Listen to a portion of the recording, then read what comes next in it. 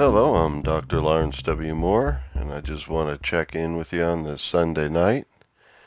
Basically, what's new this week? Well, I have a second episode up for learning electronic music production with Reason. It goes into how redrum drum computer works, and you can apply this knowledge to any kind of drum pattern sequencer as well as drum sampler and sample recorder. So please do check it out if you haven't already. Learning Synthesis with Pure Data Series 2, the one devoted to the LWM rack patches, will be having a new episode in a week or two. Basically, I had to do some fixing of the way in which the modules save their parameters. It was basically saving every time a parameter changed.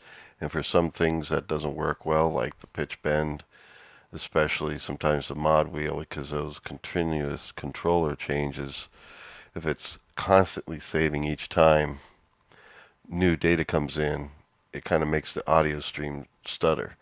So what I needed to do is just alter it so that it saves frequently, but not every time the parameter changes, but frequently enough that you as a user won't notice the difference.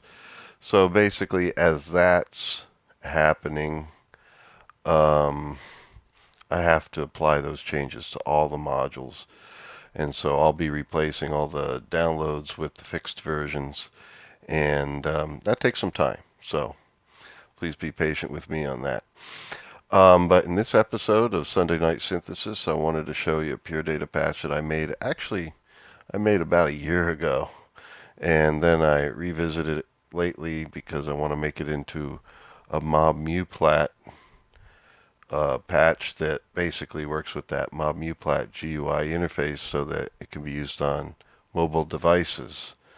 And I'll be releasing that soon, and that'll come out in Pure Data Patches, the series, and I'll show you how to stay tuned for that announcement.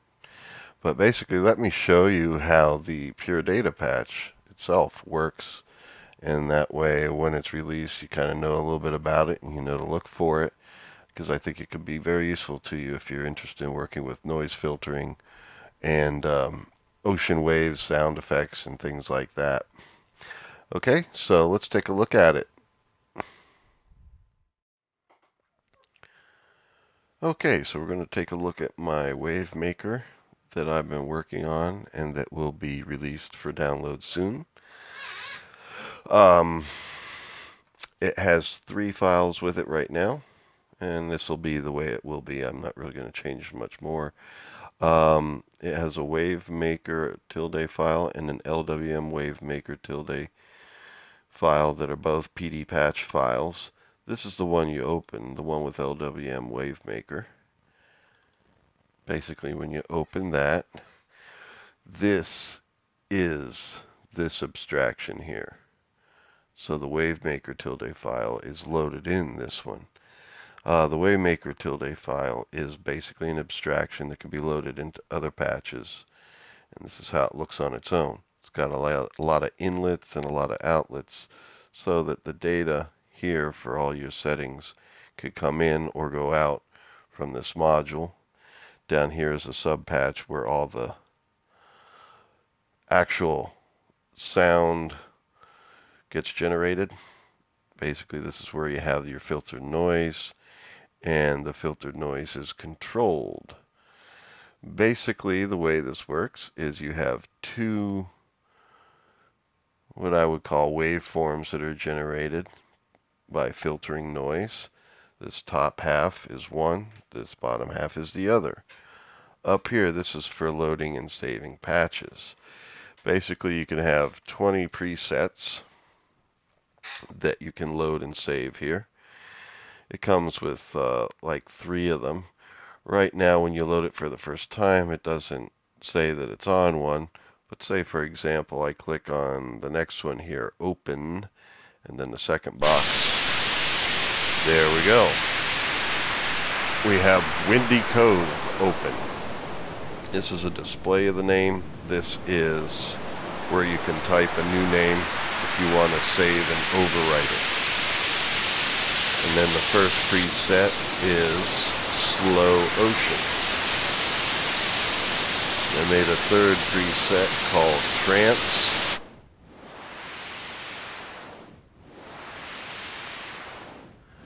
And then the fourth one up through 20 are empty right now. I think I'll make a fourth preset now so you can see how it works. Basically, you have two noise generators. One is the upper half, the one's the lower half. And what happens is basically you have noise coming out both the left and right side, but it oscillates between them. And what happens is basically you have a noise filter that goes up and down in frequency. And when it's going up and then down on one side, on the other side it's doing the opposite. And basically you have a rate slider here to control the rate of oscillation, how fast it goes up and down. You also have depth to control how far up and how far down in frequency it goes. You also have a Q that controls the narrowness of this filter. It's a bandpass filter that is passing frequencies through. And then a level as to how loud it is. If I turn level up, we'll hear noise coming out both sides and no oscillation because the rate is 0. In order to hear it oscillate, I need to give it some rate value and some depth, as well as adjust the Q a little bit, just so we hear it starting to move. And so it's going left. It's stuttered there because I'm recording this with my screen recorder. So just ignore the stutters for now. But basically it's oscillating to the left and right as basically it's going up and down with the filter's center frequency.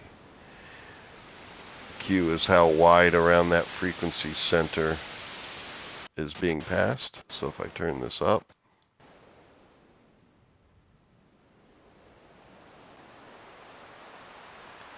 you hear a more narrow band being passed. Now it's going up and down in frequency, so you're not hearing a consistent band. It's just as it goes up and down, it's a thinner band that's moving up and down. The depth is how far up and down it goes. If I turn this up, it goes up to high frequency and down to lower frequencies.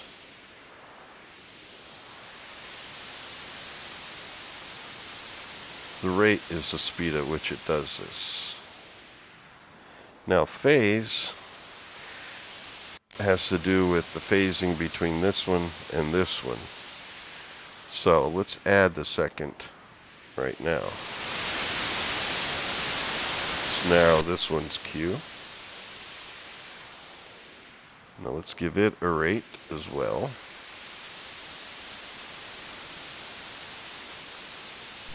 And give it some depth. It doesn't have any of these settings, the rate, depth, or Q. You don't really hear it oscillating.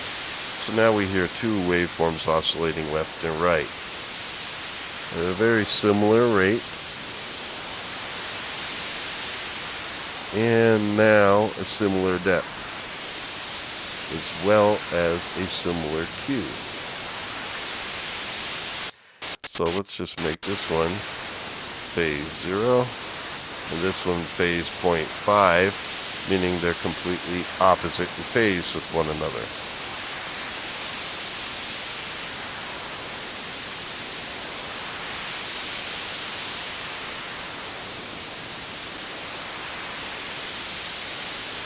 So they're both alternating left and right.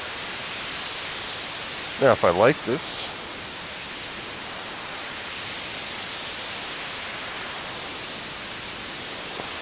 it's a little fast for my taste. Let's slow it down a bit.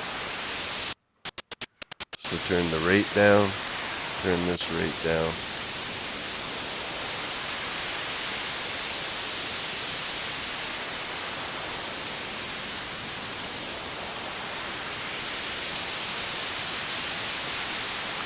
Let's make the lower one have a wider cue.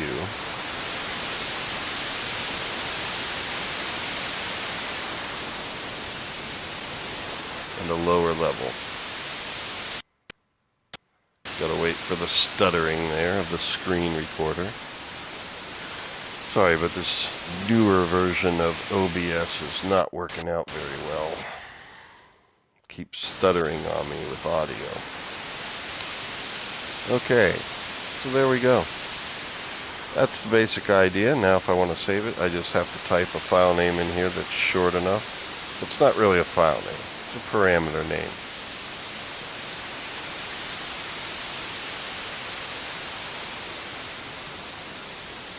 And I'll just call this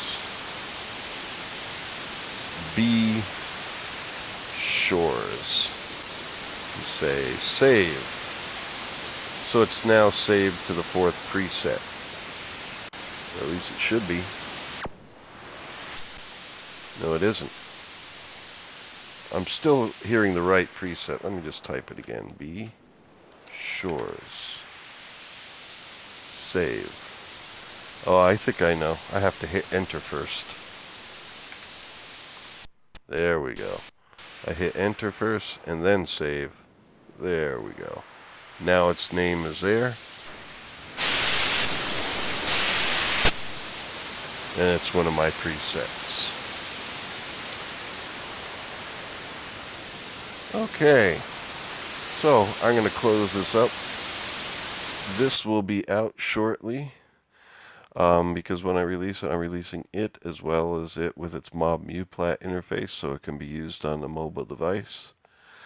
It'll be good for kind of like relaxation and hearing wave sounds, as well as generating wave sounds for musical use, artistic use, and so forth, playing with noise filtering. So let me show you, in case you don't know. My website is lwmmusic.com. It'll be coming up here as an announcement, and then also it'll be in the software page under Pure Data Patches. Right now I have 3 patches there. I have more that I've made. I need to put up more of my creations here. So that's what I'm doing. So Wavemaker will appear here, and it'll have probably one video with 2 sections where I explain it as a pure data patch and go into the making of it, and then also as a MobMuPlat interface, so you can see how to put it on your phone. Basically, if you have an Android or iPhone, you'll be able to download it and you'll be able to use it on your phone using the MobMuPlat interface that I made for it.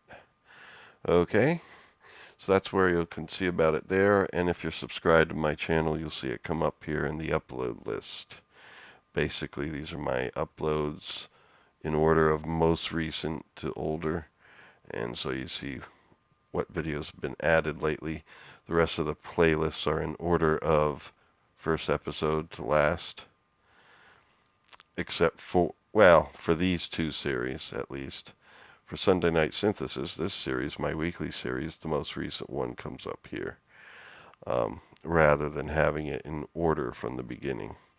I might change that. I might have it in order for the beginning, because up here in Uploads is where you see my most recent stuff, and Sunday Night Synthesis is usually throughout this list because it's my weekly series. The other things come up as I make them. And as far as my pieces are concerned, they're in order of older to newer, although all these are from recent years, basically. So, those of you that are wondering where some of the Wayfarer music has gone, that's on the Wayfarer Music channel. So,